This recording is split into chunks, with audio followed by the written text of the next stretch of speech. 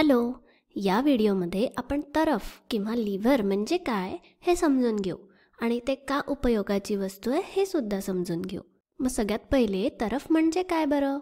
तरफ म्हणजे एक प्रकारचे साधे यंत्र आणि हे यंत्र कुठले तरी काम करून घेण्यासाठी वापरले जाते. आता उदाहरणार्थ कात्रीने आपण कागद किंवा कापड कापू शकतो, बरोबर? तसंच आपण काही सामान किंवा वजन उचलून नेण्यासाठी आपण व्हील बॅरो किंवा अशा हातगाडीचा वापर करू शकतो. किंवा मग एखादा मोठा जड दगड हलवण्यासाठी आपण अशा प्रकारे टेकू आणि एखाद्या लांब गजाचा किंवा पट्टीचा सुद्धा वापर करू शकतो. तर हे सगळे आहेत साधे यंत्र. पण तुम्हाला प्रश्न पडला असेल की हा असा मोठा दगड हलवण्यासाठी ही अशा प्रकारची रचना कशाला हवी? या मोठ्या दगडासमोर अजून एक छोटासा दगड ठेवून मग या गजाने हलवायची एवढी सगळी रचना न करता आपण सरळ सरळ त्या दगडाला ढकलूच का नाही बरं? चला मग या प्रश्नाचं उत्तर मिळवण्यासाठी आधी एक वेगळा प्रयोग करून बघू. पहा, इथे मी एक पट्टी घेतली आहे, एक मार्कर आणि काही नाणी घेतली आहेत. उजव्या बाजूला 5 नाणे ठेवले आणि मार्करच्या डाव्या बाजूला मी एकच नाणं ठेवलं आहे. आता हे एक नाणं त्या 5 नाण्यांना उचलू शकेल का बरं? ही इथे आपण सीसॉ सारखी रचना बनवली आहे, हो ना?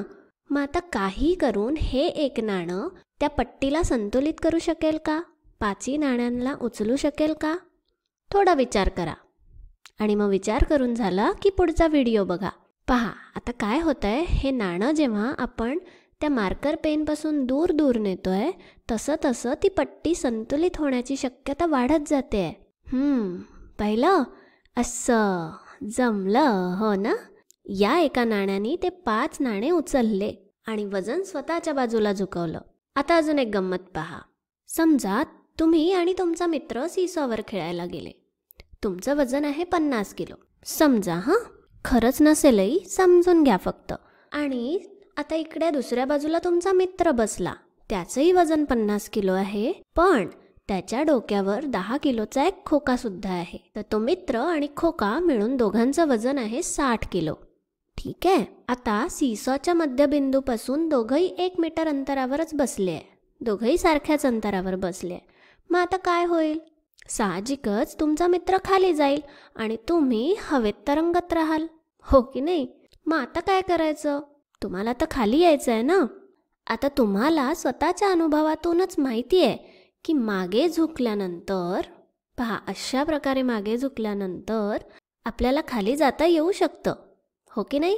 अशा प्रकारे जर आपण मागे सरकलो तर वजन आपल्या बाजूने झुकतं आणि त्यामुळे मग आपला मित्र हवेत लटकू शकतो.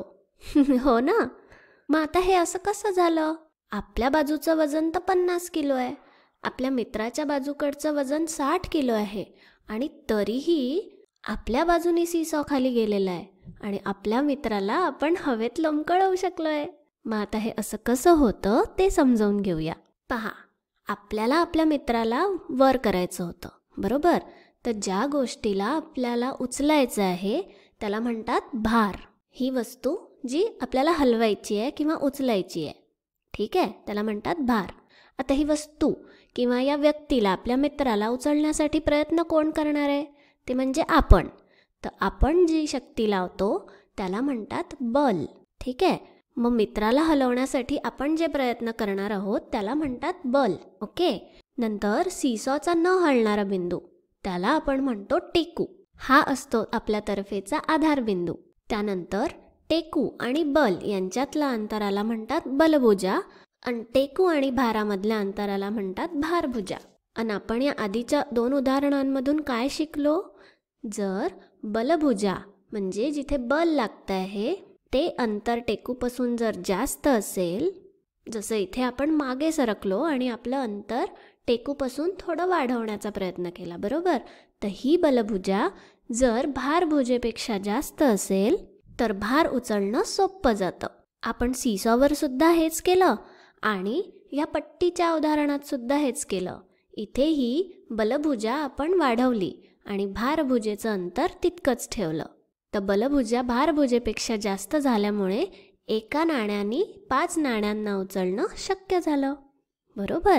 आता हे सगळं शिकल्यानंतर अशा पद्धतीने दगड उचलणं किंवा हलवणं सोपं नाही का वाटत? आपल्याला दगड उचलायचा आहे, बरोबर? या रचनेमध्ये न हलणारा बिंदू तो म्हणजे टेकू. इथे हा जो छोटा दगड ठेवलाय तो आहे टेकू. आपल्याला जी वस्तू उचलायची आहे तो म्हणजे हा दगड, त्याला म्हणायचं काय? भार. आपण बल कुठे लावणार? या पट्टीच्या दुसऱ्या टोकाला, तिथे लावायचं आपण बल. टेकू आणि भाराच्या मधलं अंतर आहे भारभुजा, टेकू आणि बलाच्या मधलं अंतर आहे बलभुजा. तर याला म्हणतात तरफ, जे एक साधे यंत्र आहे. या उदाहरणात सुद्धा भारभुजा ही बलभुजेपेक्षा लहान असल्यामुळे हा इतका मोठा जड दगड आपण कमी बल लावून सुद्धा उचलू शकू किंवा जागचा हलवू शकू. तर मग आपण इथे कशासाठी आलो होतो? तरफ शिकायला. मग तरफ म्हणजे काय? तर तरफ म्हणजे बल, टेकू आणि भार असे 3 घटक असलेलं साधं यंत्र. आणि हे आपलं काम सोपं करून देतं. मग आपण व्हिडिओच्या सगळ्यात सुरुवातीला हे उदाहरण बघितलं होतं. इथे हा माणूस वरच्या दिशेने बल लावतो आणि ढक्कलगाडी उचलून धरतो, बरोबर? मध्यभागी जो भार उचलायचा आहे त्याला नक्कीच भारच म्हणतात, हो ना? आणि सगळ्यात शेवटी असतो टेकू, तो या चाकाच्या ठिकाणी आहे. त्याचप्रमाणे आपण कात्रीचं सुद्धा उदाहरण बघितलं. कात्रीच्या धारेवर आपण धरतो भार, इथे असतो कात्रीचा टेकू आणि या 2 ठिकाणी कात्रीवर आपण बल लावतो. तर असे आहेत हे 2 तरफांचे उदाहरणं. आणि या दोन्हीचं उद्दिष्ट एकच असतं, ते म्हणजे मनुष्याचे कष्ट कमी करणे.